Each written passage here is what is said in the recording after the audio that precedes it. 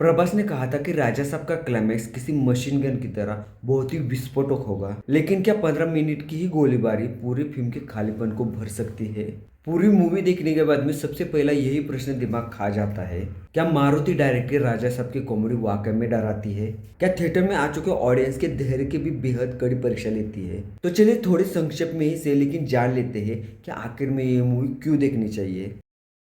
Movie की शुरुआत एक जबरदस्त रहस्यमय सन्नाटे से होती है, जहाँ पे वार्ड बॉय सत्या अस्थियों से भरी हांडी को लेकर एक मायावी हवेली पहुंचता है। यहाँ से मूवी की कहानी पूरी तरह से शिफ्ट हो जाती है राजू की तरफ, यानी कि हमारे यूरोप प्रवास की तरफ। राजू अपनी दादी के साथ में बहुत ही बोरियत भरी जिंदगी जी रहा होता है, जिसमें उसके अल्जाइमर का बहुत ही ज्यादा हाथ होता है। रात दिन बस उसे एक ही बात याद आती है और वो बार बार यही दोहराती है कि मेरे करण अर्जुन कब आएंगे। सॉरी, लेकिन वो रात दिन बस यही दोहराती रहती है कि मेरे पति कनकराज अभी भी जिंदा है। यहाँ पे कनकराज के भूत का अभिनय हमारे बॉलीवुड के अभिनेता संजय दत्त ने निभाया है। दादी की जीत पे राजू अपने दादा को तो खोजने निकल जाता है, लेकिन इस रास्ते में दादा से पहले ही ननबैसी और भैरवी उसकी जिंदगी में चार चांद लगा जाती है। इन्हीं किरदारों के चलते नसरापुर की जंगलों वाली हवेली में राजू पहुंच जाता है, जहाँ पे राजा साहब की कहानी के तार इतने ज्यादा उलझे हुए होते हैं कि ऑडियंस भी प्रियदर्शन की मूवी को दिल से धन्यवाद कर रही होगी। एक्टिंग की बात करूं तो प्रभास की फिल्मों में अब पहले जैसा अभिनय देखने को नहीं मिलता है, पर प्रभास का स्टाइल और स्वैग दिल जरूर जीत जाता है। लेकिन प्रभास के टैलेंट के आगे उनका किरदार बहुत ही फीका लिखा गया ऐसा लगता है।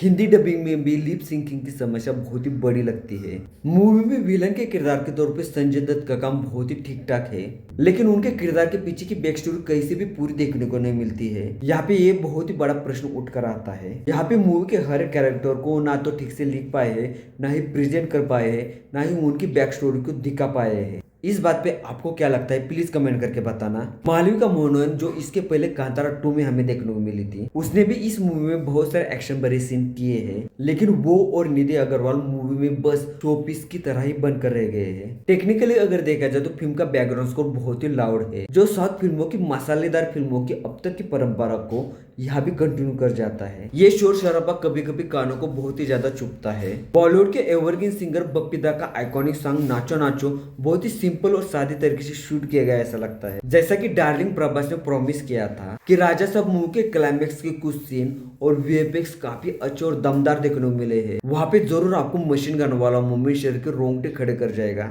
लेकिन क्या वाकई में इस 10 मिनट के रोमांच के लिए आप 2.5 घंटे का सिरदर्द झेलोगे? डायरेक्टर मारुति ने इस फिल्म के एंड क्रेडिट सीन में पार्ट 2 का भी इशारा दिया है, पर क्या इतना टॉर्चर झेलने के बाद में ऑडियंस दूसरे पार्ट के लिए तैयार है? अगर राजा साहब के पहले पार्ट को ठीक से और बेहतरीन बना देते तो शायद ही कहीं दूसरे पार्ट के लिए जरूर उत्सुकता बच जाती।